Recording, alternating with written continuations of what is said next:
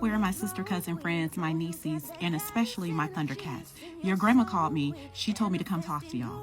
She said that you guys are new to dusting powders and you wanted to learn more about it. My name is B, and I am the creator and the owner of the brand Be Enchant Perfume Dusting Powders. I'm so happy to see my sisters falling back in love with dusting powders, and especially in my nieces and Thundercats getting into it and starting to embrace it. Now, types of powders are subjective, but where you use it remains the same. And grandma told me to tell you, do not put it near your pocketbook. Not your pocketbook, not your cookie, not your coochie, not none of that, little sis. Now, we talk a lot about hygiene over here at the Honeycomb. We talk hygiene, we talk femininity, fragrance, women empowerment, luxury, and elevation. And my credentials are, I have been using dusting powder for decades, and I have been making and crafting professionally infused dusting powders for many years.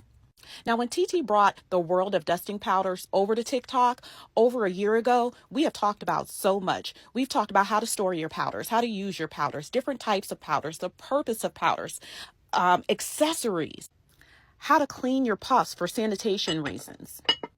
Now, 101 in the dusting powder game is to understand, first and foremost, that all powders are not the same. And when you purchase the designer puffs, especially cleaning them is of utmost importance. Matter of fact, when you're using any puff, it's important that you keep them clean. Now, I typically wash and sanitize my puffs once a month. I've shared videos. Go ahead and look in my playlist under Dusting Powder Insight on how I actually clean my puffs with lingerie bags to keep them in place. And one of the main reasons is that I have so many powders. Again, I'm a brand owner, so I'm constantly creating powders that mirror many of our favorite. And I have separate bowls and puffs, not only for the fragrances, so that the fragrance layer well, but also for sanitation reasons. Look, there are tons of talc-free powders over the counter. Many of these brands have talc-free options. However, many of them and most of them have additional ingredients. Tricalcium is one of the ingredients that you'll see. It is not talcum powder. Tricalcium is not talcum, but they also have things like clay and aluminum in them. Now, when I tell you I'm a powder girl, as you can see. When I'm not looking to utilize one of my fragrance powders, because I only use my personal fragrance powders on my body. But when I'm not looking to utilize that and I just want a little fresh smell and I don't want perfume, I usually go with one of these. The Gold Bond Comfort is my go-to, only because I enjoy that a little bit more than I enjoy the Johnson's product. Now, I see y'all running to that green store and getting all those colorful powders. That's just not for me. I've seen them in that store a million times and I keep it moving because there's so many other options out here, better options for you. And especially because just because it says talc-free doesn't mean it's chemical-free. If I won't use a company's lotions on my body, I'm not using a body powder from it on my body.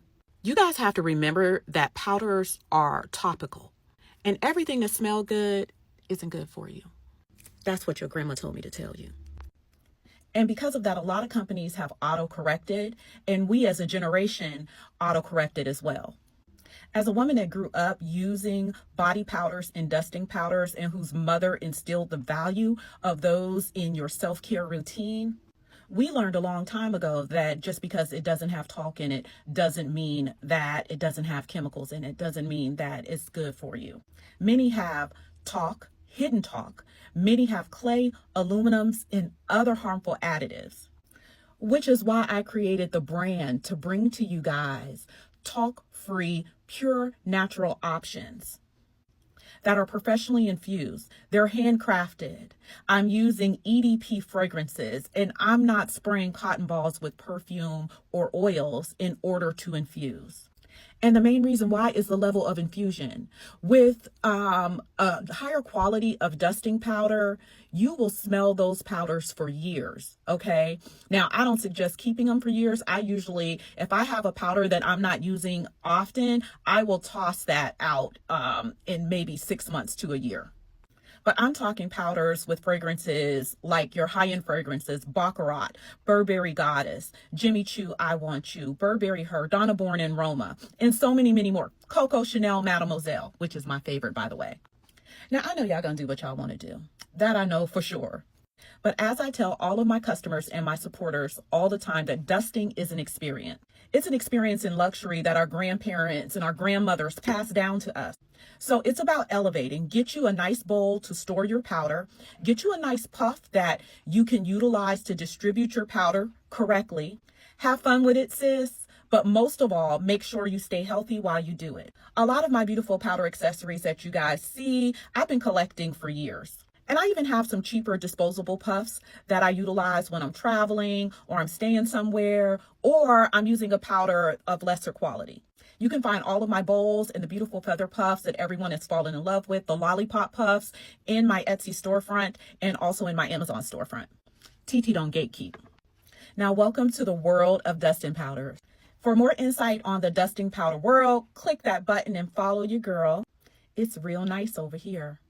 And I'm going to tell your grandma that I talked to y'all. All right. TT love you.